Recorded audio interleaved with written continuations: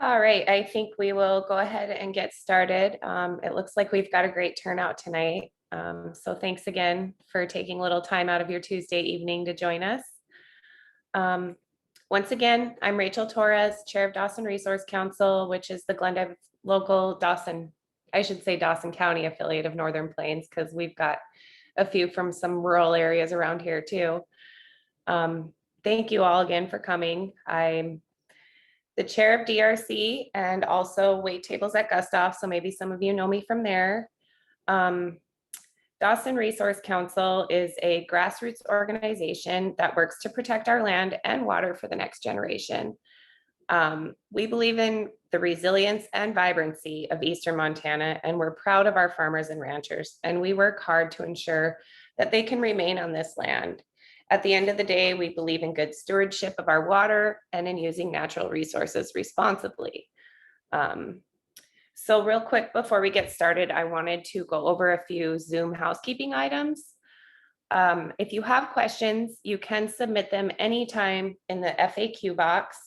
You can find that at the bottom or possibly the top of your screen, depending on your computer.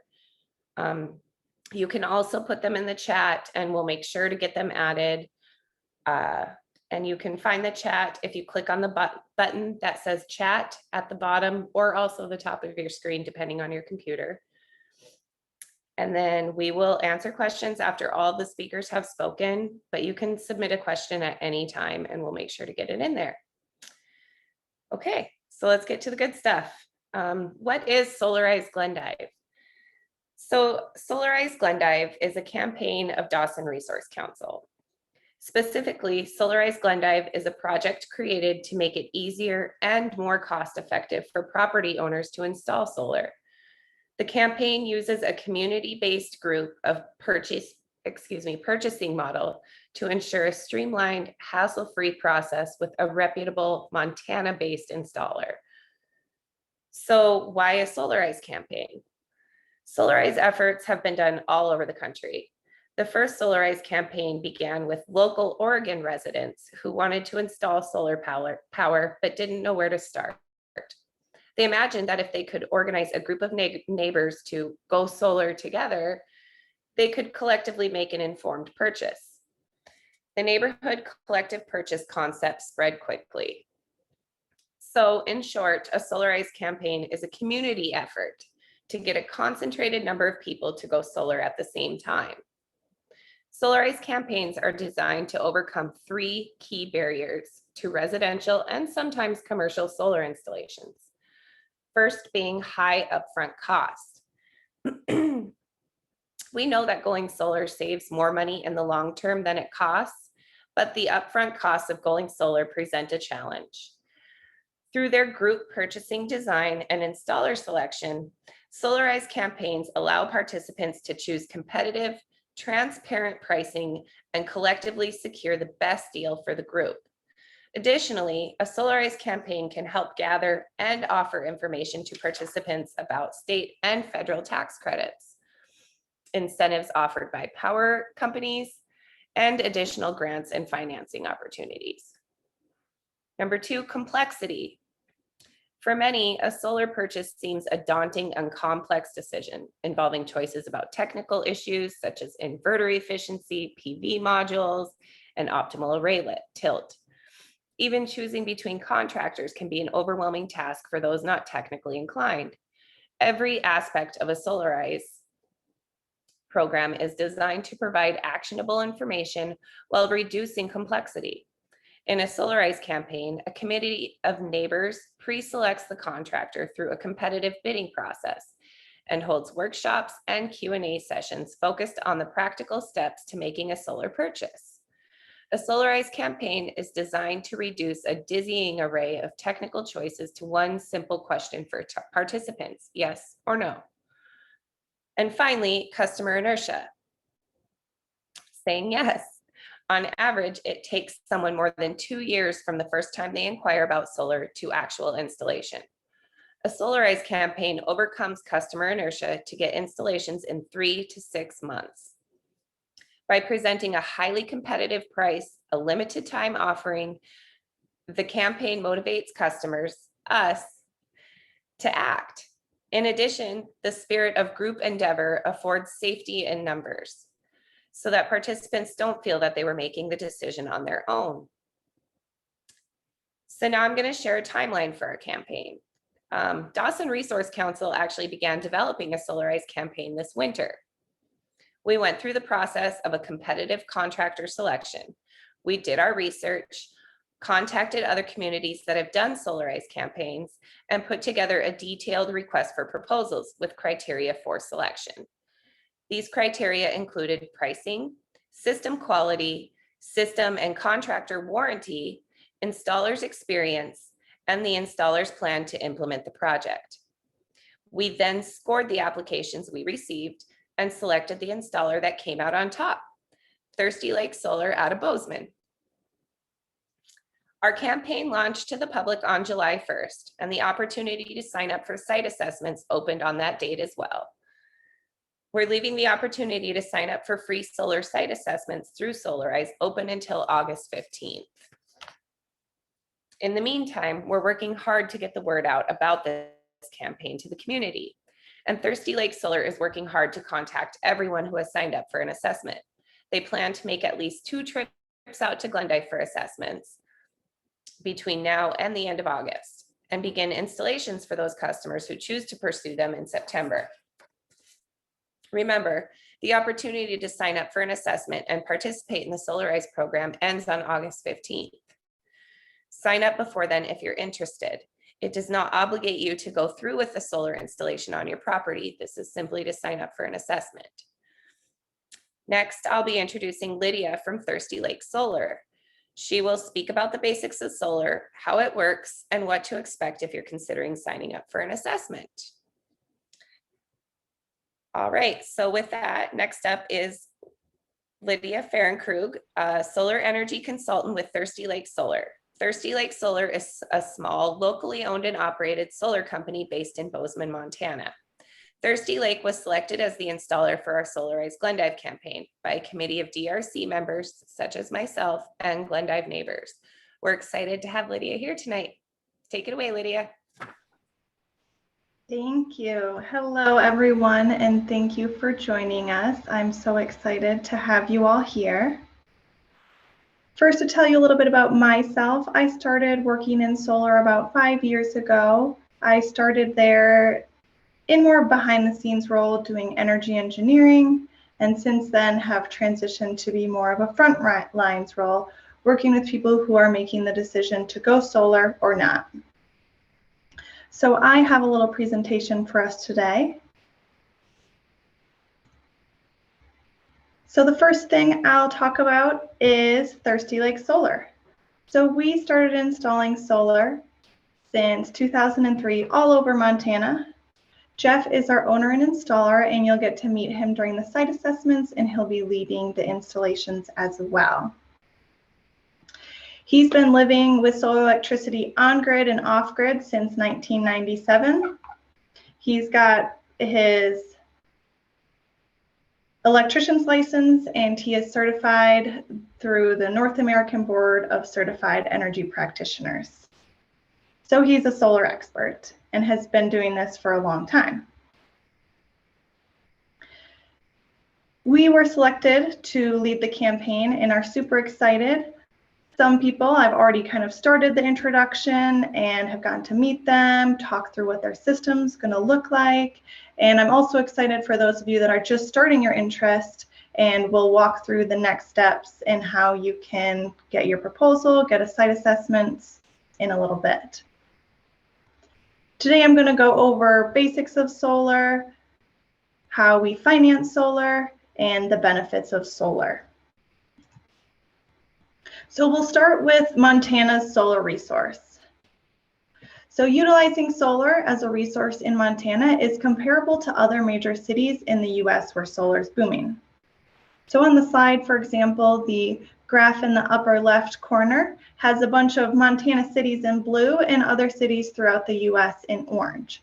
So if we take a look at Billings, its solar output per year is comparable, a little less, but still comparable to that of Austin, Texas. The map on the right shows the solar resources all over the US, and you can see Montana is comparable to states such as Illinois, Kentucky, Virginia, where solar is booming already.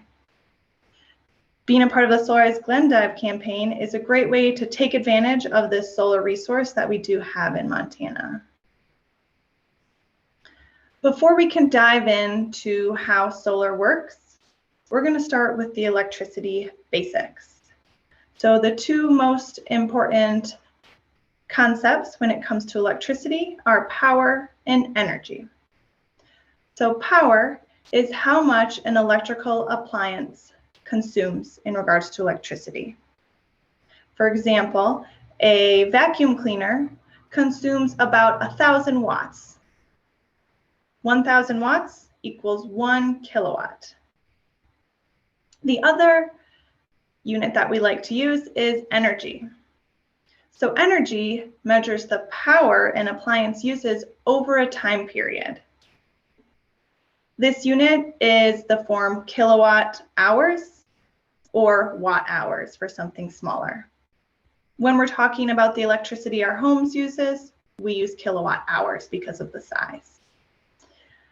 A basic analogy that I like to use when talking about power and energy is a bathtub. So you turn the faucet on, water flows into the bathtub. Power, with the unit of watts, is the flow rate of that water. Energy is the amount of water that ends up in that bathtub. When we look at our electric bills, the unit of measurement that we're charged for most commonly is kilowatt hours. So that's the energy. This is measured at our electric meters. So taking power and energy and translating that into a solar system. So kilowatts or power is the size of your solar system. The average residential solar system in Montana is 5 to 10 kilowatts. What's more important is that power, and that is how much electricity your solar system generates. The unit on that is the kilowatt hours. On average, a residential system in Montana generates anywhere from 7,000 to 25,000 kilowatt hours per year. That varies based on the system size, orientation of the system, all these factors, and most importantly, it's custom for everyone. It's custom because everyone's electricity usage varies based on their home, how they run their home, that type of information. So when we talk about solar systems and we go through the initial proposal, you'll see a lot of these kilowatt system size, but most importantly, the kilowatt hours, which is just how much electricity your system's going to generate, and we compare that to the amount of electricity that your home actually uses. We're going to talk a little bit about the equipment. So the most important part in a solar system is the solar panels. A solar panel is made up of what is called cells. So there's a bunch of these wafer cells that are all put together to make a solar panel. A solar panel is the same exact thing as a solar module, it's just a different name. Combining a bunch of solar panels together is a solar array. So for example, on your house, you will have 20 solar panels, but one solar array. To talk a little bit about panels, they are really durable. So they are designed with hurricane winds in mind, with hailstorms, high snow loads. All of that is required for solar panels to basically be manufactured and installed on our roofs. Another important thing with solar panels is that they're maintenance free. So snow and rain will basically slide or flow right off the system. And when that happens, it'll also take off any dirt that might have accumulated on the system. Some people will take a garden hose and spray off their system, but really it's not at all required. So solar is maintenance free. Another important part with solar panels is we're at a point where aesthetics matter, and we can take aesthetics into consideration when designing a system. So the solar panels that we use are completely black. This just allows for uniform design. It looks really good, and that's basically the industry standard for top solar panels these days. There is other equipment in solar systems. We're not going to dive into that today, but if you do have questions about that, you're more than welcome to reach out to me later. So now that we know kind of the different components and the different electrical kind of terminology utilized with solar, we'll talk about how solar works.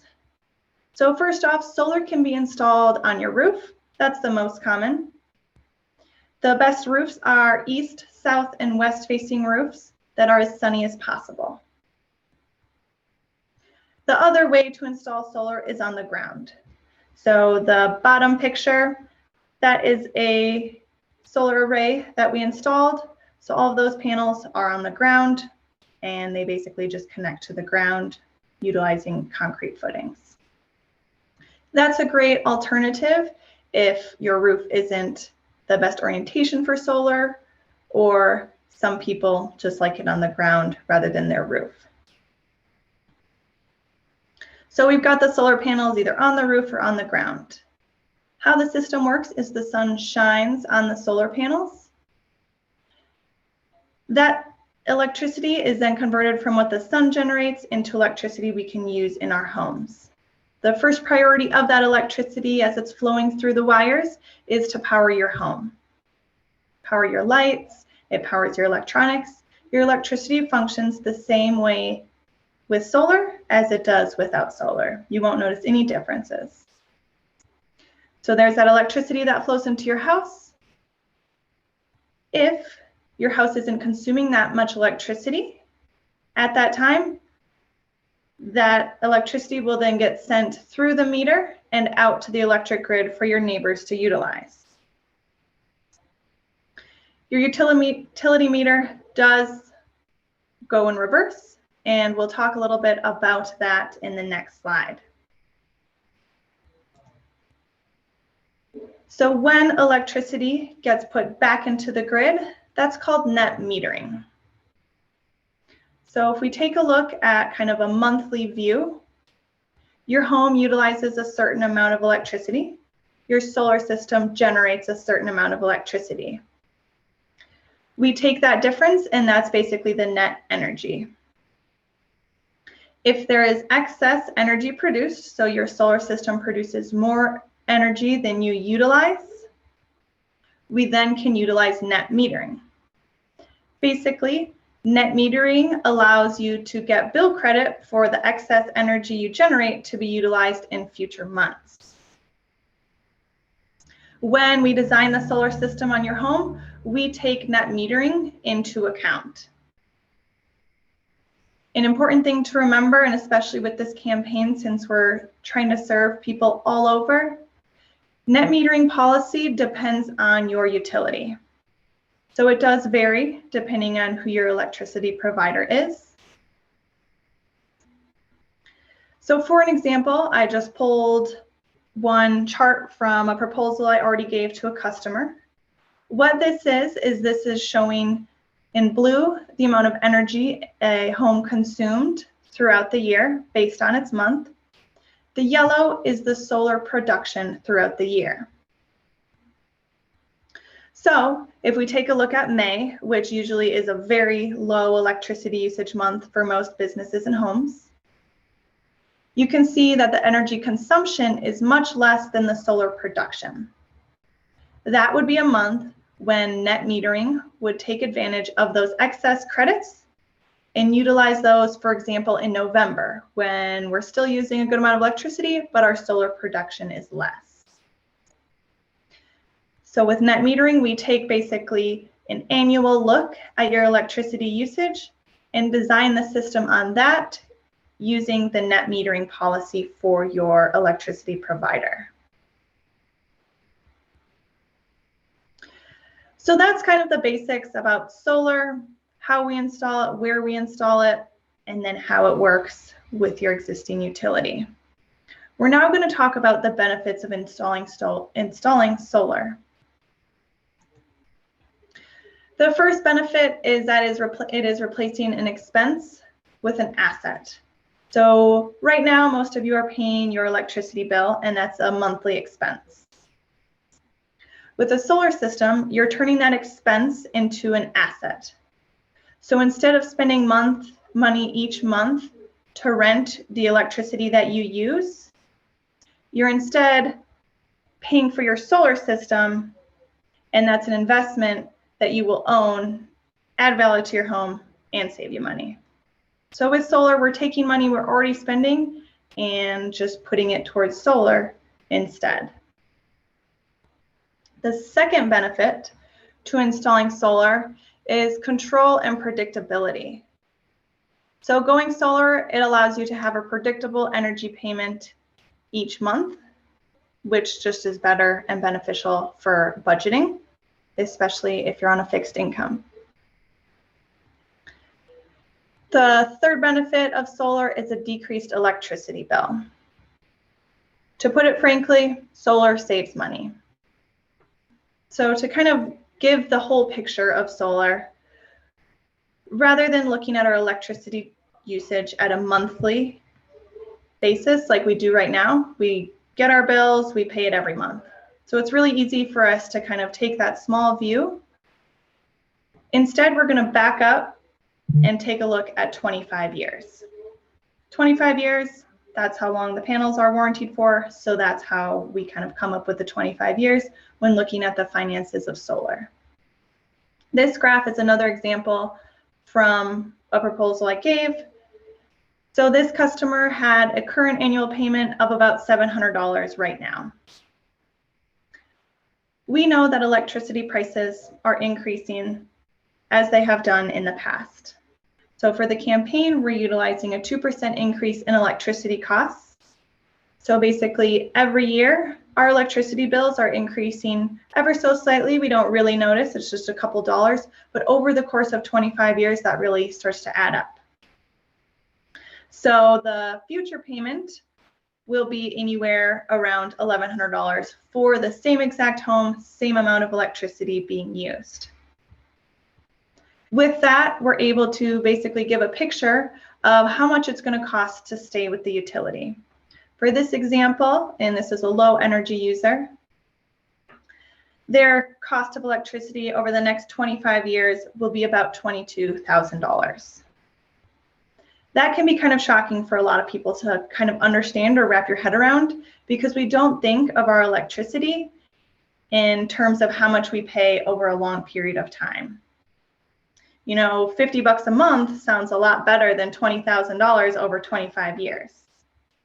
But when looking at solar as an investment, it's necessary to take a step back and keep an open mind when looking at those numbers, because it's just something we're not used to. Another kind of example that I like to utilize for people looking at solar is if I asked you if you wanted to lock your gas prices in the 70s and maintain that same price for gas, well, the actual price of gas did what it does, just increase. Most people would say yes, absolutely, because the savings are obvious. So that's the same thing with solar. You get the opportunity to basically lock in your electricity prices. You know what you're going to be paying, and you've taken control of that spending in your life.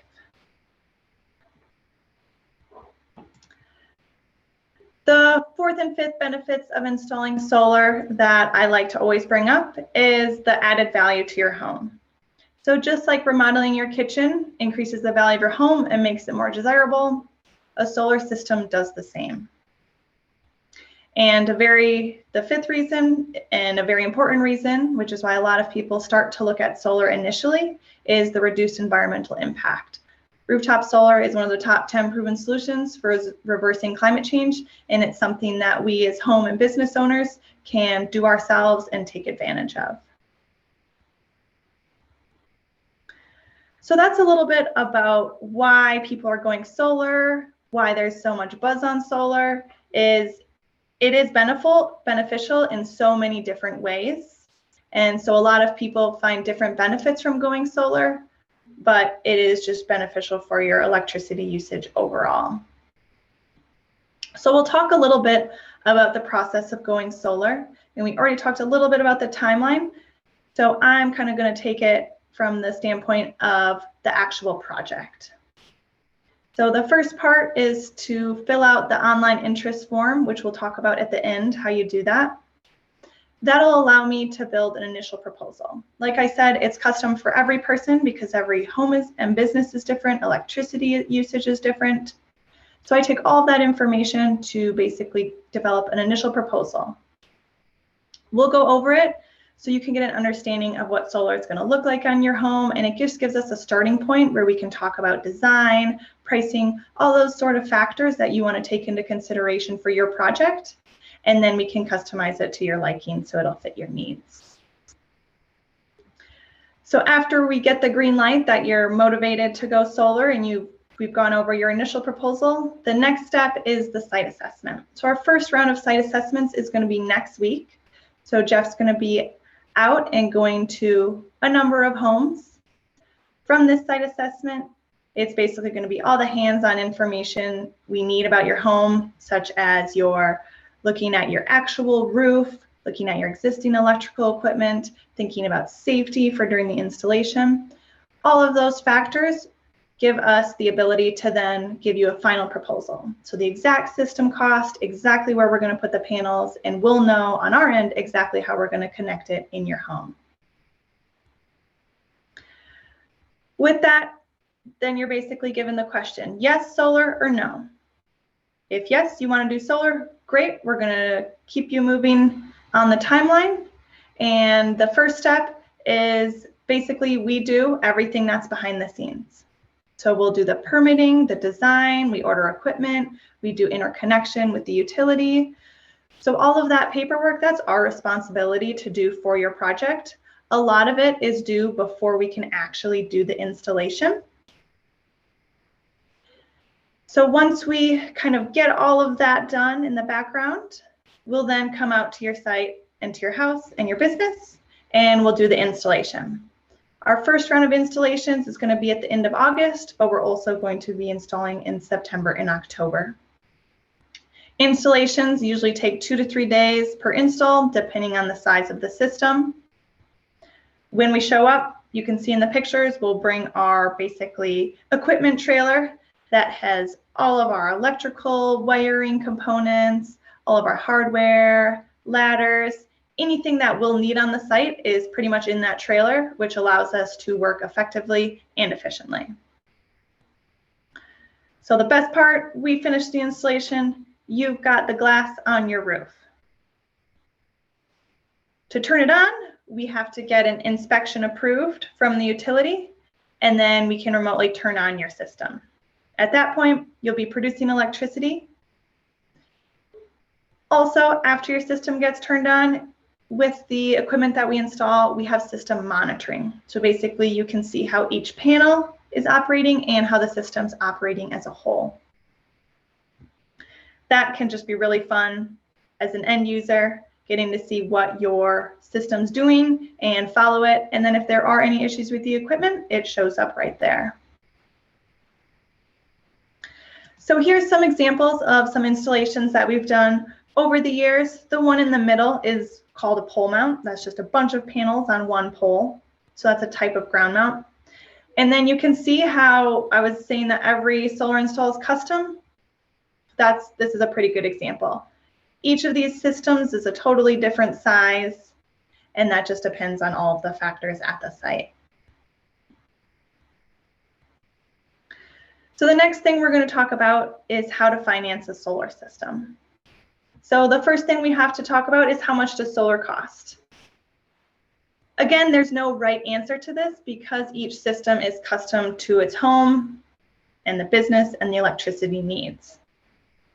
So kind of thinking back to that last graph where I showed over 25 years how much electricity is going to cost, the average total cost of electricity without solar is anywhere from $20,000 to $100,000.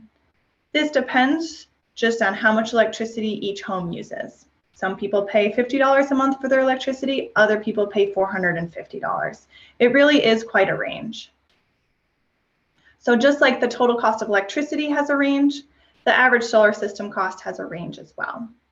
So the average solar system cost is $10,000 to $80,000. That's a good starting point. And with the proposal, you'll be able to get the exact pricing for your system, and then also the pricing for what your electricity usage would have costed. It does get better though. Right now is a good time to go solar financially. The first things that are available is there's a federal investment tax credit. So this is a federal tax credit and covers 26% of the total project costs. So basically when you go to do your 2021 taxes, if you have your system installed this year, you'll get 26% of the project costs back on your taxes.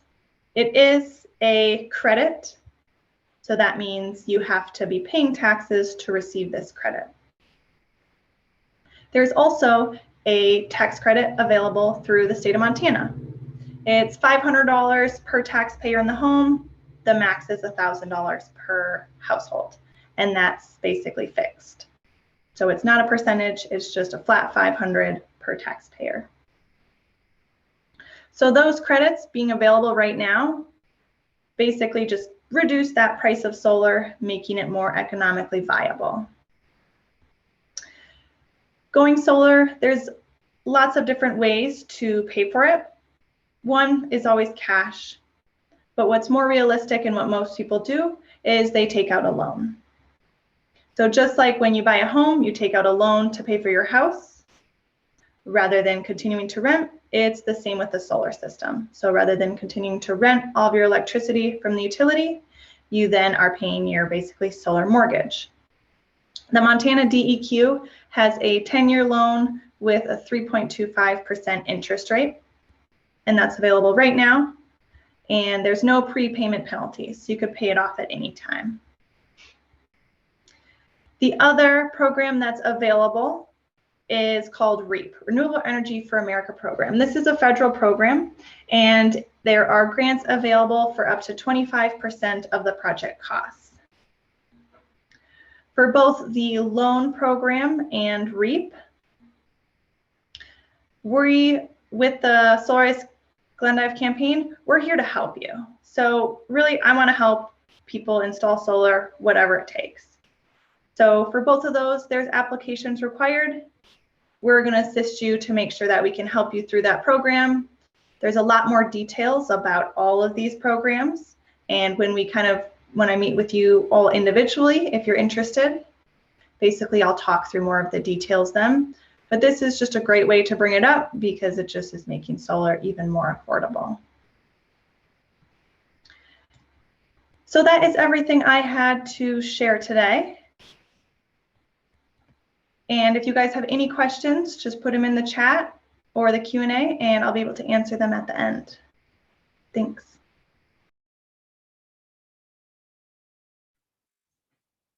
All right, thanks, Lydia. Very informative. I hope you all learned a little bit more about solar. Feel free to put those questions in the chat box in the little Q&A at the bottom or possibly top of your screen, and we will answer those when we're done with speakers here. So next up, we have Andy Scott. Andy is a resident and homeowner in Livingston and a member of Yellowstone Bend Citizens Council, which is Northern Plains affiliate in Livingston. Andy chose to go solar during a Solarize Livingston campaign. So not only can he tell us what it was like to go solar, he can speak specifically to going solar through a Solarize effort. So go ahead and take it away, Andy.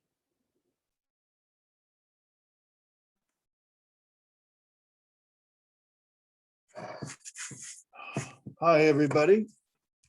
I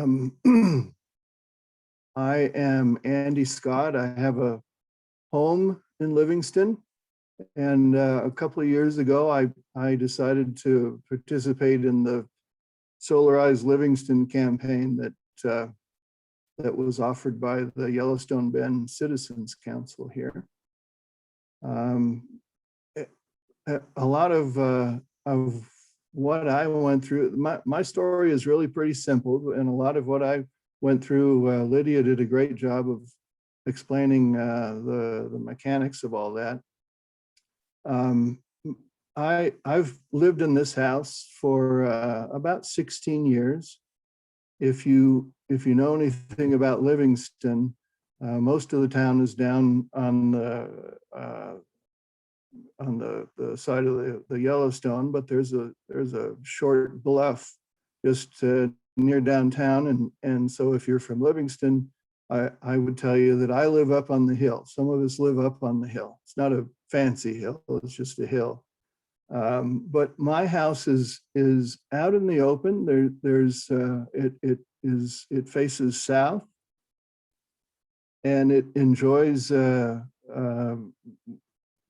direct sun on every sunny day of the year. The sun just showers down on my house, and for 16 years, I've been thinking, well, I need to take advantage of that. I really need to do something about using that solar energy. I'm a frugal person. I'm concerned about the environment, like I think a lot of you are. And I try to conserve where I can. And I was looking at my situation thinking, I'm in a perfect spot for taking advantage of this solar energy. But I never did. I never did it until the Solarize Livingston campaign came along and simplified things. They made it easy. You know, it was like the checking boxes that I didn't know how to get started, and they just checked all the boxes for me, and I signed on, and it was very easy, and I think it was cost effective, and I couldn't be happier, really. I enjoy watching my electric meter run backwards. I haven't paid for electricity in a couple of years. I was just looking at my electric bill from Northwestern Energy. There's an electric service fee which you pay whether you use electricity or not. And I pay $4.20 a month for that service fee. But that's it. After I put up my system, I have a 5,000 watt inverter on the back of my house, and I have 12 300 watt panels on my roof. So that's 3,600 watts. And there's room for more. I may add some at some point in the future. But right now I'm not using any electricity, and I still have gas service from Northwestern Energy. I have a hot water boiler for heat in the wintertime, and I've been able to turn that down. I bought a few electric space heaters. I replaced my gas hot water heater with an electric one last year, and my energy costs are very, very low. I was a little bit skeptical that about my system paying for itself over time, just because I like I said, I'm kind of frugal, and I try not to use too much. But my last utility bill was $14.83. That's electric and gas. So I think I'm saving money. I think it was well worth it. The folks who came and installed it were here for I think they did it in one day. Maybe it was a day and a half, but they made it very easy. It's a clean installation. It looks good. I had them do some electrical upgrades so I could add that electric water heater when I needed to. But otherwise, I couldn't be happier with it, and that's and I guess the biggest thing for me is I just feel so good about it. I'm feeding energy back into the grid, and somebody else is using it, and that's fine with me. I feel like I'm doing my part. So one thing that you learn a lot when you have an installation like this, and I've learned a little bit about solar energy and how it works and the panels and things. When mine was installed, Northwestern Energy gave me an option. They what they do, I don't know if you have Northwestern there in the eastern part of the state, but they zero you out once a year. You don't get paid for the excess that you produce, but you bank it, and then you work it off, and then once a year they just zero everything out, so you start over again. And they give you a choice of what time of year you want to do that. And I thought, well, it doesn't really matter, because you produce in 1 month and then use it in another month, and it's all going to even out. But you do actually have to be strategic about it. And I chose to do it for that cutoff date to be April 1st. And that's how you want to do it. You want to it's the start of the production season. So you built up, you bank those credits, and then you use them when winter comes, and then when spring rolls around again, then you start over. But I'm sure that'll all get explained to you. Yeah, I can't endorse it more strongly. It's a good thing to do. You'll feel good about yourself, and that's basically my story.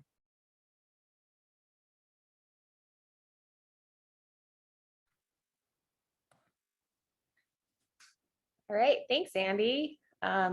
Sure nice to hear from both sides of this. Somebody who's been on the side of installing and the actual installers. So now I'm going to go ahead and open it up for a Q&A session. Thanks again, Lydia and Andy for your presentations, both very informative. So I will go ahead and check what we've got here for the Q&A. First question. Does the ground panel on a pole, the pole mount, follow the sun? So Lydia, you could probably answer. I can answer that. So the pole mount was the picture that had one pole and it had like 15 solar panels on it. So sometimes those can track with the sun. Realistically, the extra cost that it adds and the fact that you're bringing mechanics into solar don't necessarily pay back. Usually it's just beneficial to add another panel or two and utilize that rather than doing the mechanical system, but that can be an option.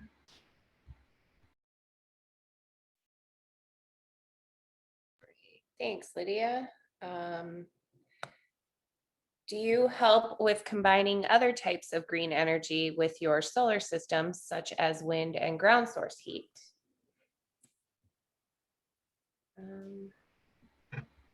I can answer that one. Yeah, we have definitely worked with customers that have ground source heat before. What it really comes down to is looking at how much electricity you're using or expected to use throughout the year, and then combating that with your wind solar system. So really it just takes, we need all that data from those other systems, and that'll allow us to design the solar and give you what it's going to produce in the year as well.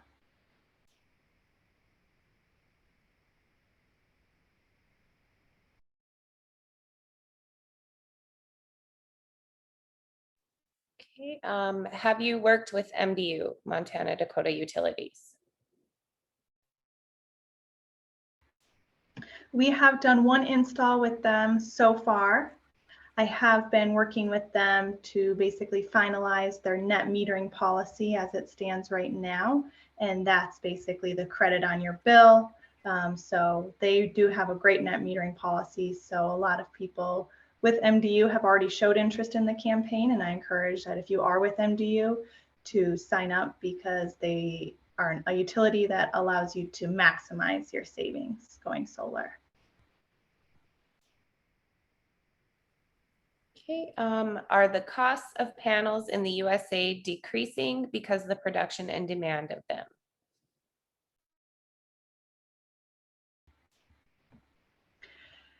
That is a common question. So yes, the costs of solar panels are much cheaper than what they were in 2010. The factor to bring into consideration is the demand. We've kind of reached a point where the demand for solar has gone up so much that the price is starting to flatline. We're also at a point where solar is more economical than other ways of producing electricity. And that was a big goal in driving down manufacturing costs to begin with. So since we've made it, that demand is increasing. So the price of solar panels has basically been flatlined for about the last 2 years. There is some variability, yes.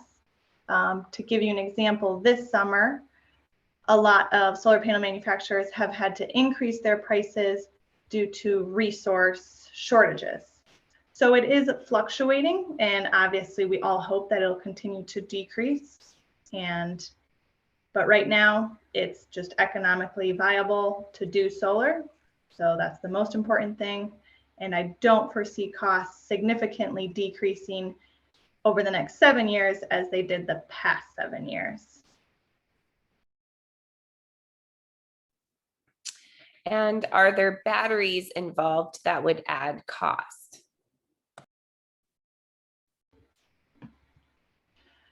So that is an important concept when it comes to solar. Basically, having solar on your house, if the electric grid goes down, the solar system by itself will not power your home. That's where batteries come into play. So batteries basically allow your solar system to be powering your home when the grid goes down. As a part of the Solarize Glendive campaign, we're doing everything on grid. So that means it's always going to be connected to the grid, and we are not installing batteries with the systems for the campaign. That's something I'm more than happy to talk about with each of you on an individual basis, because there is a lot of information and kind of variability when it comes to batteries. So the answer is, with the Solarize Glendive campaign right now this summer, no, we're not installing batteries, but it's information I can provide you, and we can talk about kind of the next steps in the future if that's something you're really interested in. Okay, I've got a few more questions in the chat here that I'm going to go through. First one is, the majority of my energy is from propane. Can you do the calculations for total energy use and convert it all to solar electric propane and electricity?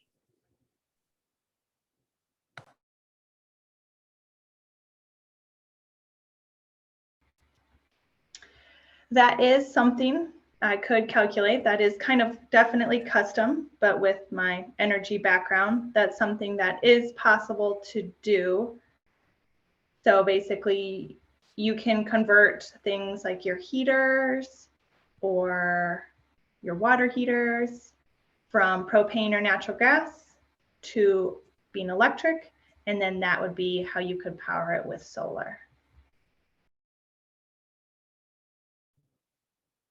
Okay, this question is for Andy. Do you have any info on payback time for your system? You know, when my assessment was done with the Solarize Livingston campaign, the guy who did it, Jim Berg, he's been working in solar for quite a few years. he did a calculation based on my utility bills, but and I don't recall what it was. Honestly, I wasn't really thinking in terms of payback when I did it, because my usage is so low. But like I said, I've been surprised at how beneficial it has been, how little I've been using, and how much I was able to reduce my bill by from reducing even my gas consumption. So even his estimate is outdated now. But yeah, I can't remember what it was. I could look it up and maybe forward it to you, but it would no longer be accurate because of the other things that I did. It was a number of years, and it didn't really affect my decision.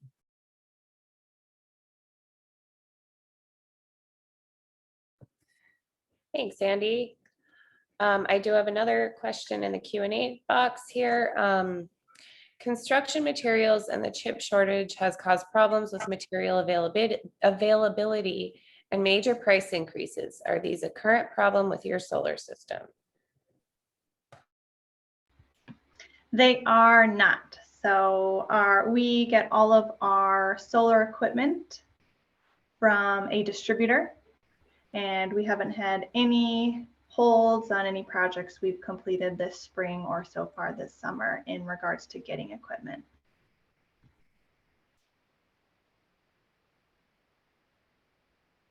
Okay, I think I see Rosemary has her hand up. We're going to see about unmuting you, Rosemary, and you can go ahead and ask your question.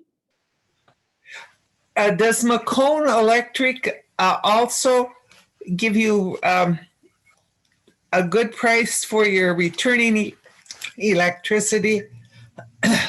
How does it work with McCone? That's a good question. So it is totally different for every electricity. With McCone, they basically limit the system size, and then they don't have the best net metering policy. And I actually have them pulled up because I figured there would be a question, and since there's so many, I like to keep them all straight. So basically with McCone, they have probably one of the worst net metering policies, and kilowatt hours are not allowed to be banked with them. So if you're producing more than you're using, you can't put that in your safety deposit box to bring out when you have high demand. Sadly, yes. So with that, and I actually worked on your system today, we size the system so that there are no months where you have an excess. It's basically, we won't encourage you to cover 100% of your electricity with solar because it's not viable. And that's just for McCone. So GWEC, Tongue River, MDU, NWE, they all have different policies. McCone is probably the worst example, if I'm being frank. Okay, what do you mean when you say limit the system size? You mean decide the number? McCone tells the rancher how many panels he can have? Yep, that's correct. So they basically limit the size, the number of panels that a system can have with their customers. Thank you. Good questions. Thanks, Rosemary. Thanks, Lydia. I see one more question in the chat here. So do I understand correctly? The systems we are considering would not provide power when our electricity goes out, even during the day? That is correct. So for the system to power your home, if there's no grid, that's when a battery is necessary. basically how kind of the energy transformation with renewables is kind of going is solar has really increased in its efficiency, costs have decreased. Batteries are behind solar. So that's kind of the next big step in this transition is optimizing batteries. They are an option, not really with the campaign. Again, that's going to be, I'll work with you on an individual basis. But how we can do it is do what we call a battery ready system. So that way you get the solar, you'll start getting the benefits from going solar right now. And then in future years, we can come and install a battery when they just become more cost effective and some of the issues that they have with them get worked out.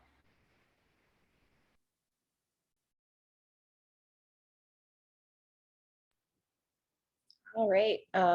Thanks for the great questions, everyone. I think if there's no other questions, oh, did I see one more pop up here? Yep, one more. So I assume the system won't backfeed into the grid, creating a safety issue for the linemen when working on the grid. Is that correct?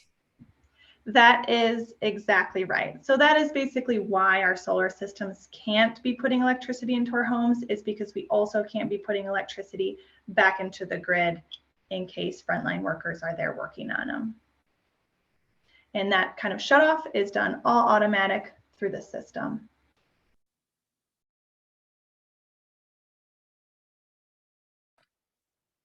Okay. I think with no more questions, I'm not seeing anybody with their hands up. I think we will go ahead and move on. Thanks again to our speakers, both very knowledgeable and articulate about solar. So I'm sure they will be available to anyone having more questions in the future. So with that, I just want to share that our campaign is still in progress. But if you are eager to get involved, there are 3 ways you can do that. First, if you're ready or curious to get a solar assessment on your own property, you can sign up at the link in the chat. Caitlin is going to put that link up in the chat right now, so go ahead and grab that. Second, if you are not a member of DRC or Northern Plains yet, consider becoming one. It's only $50 in dues for a whole year if you believe, like we do, that true prosperity begins with healthy soil, land, and water, and air, and that our communities thrive when we are good stewards of these resources. We could sure use your support. At DRC and Northern Plains, we believe in looking beyond our fences, listening to one another, and finding creative solutions to the problems we face. We're working to build a world where we can take care of our planet, where our economy serves the people rather than the people serving the economy, and where neighbors work side by side to build a world that lives up to our ideals of fairness, inclusion, and justice. If any of that sounds great to you, please become a member. You can join at our website, and the link to do that is also in the chat. So I just want to thank everyone for being here. And with that, we will go ahead and conclude this evening's webinar. So everyone have a great night, and thanks for hopping on.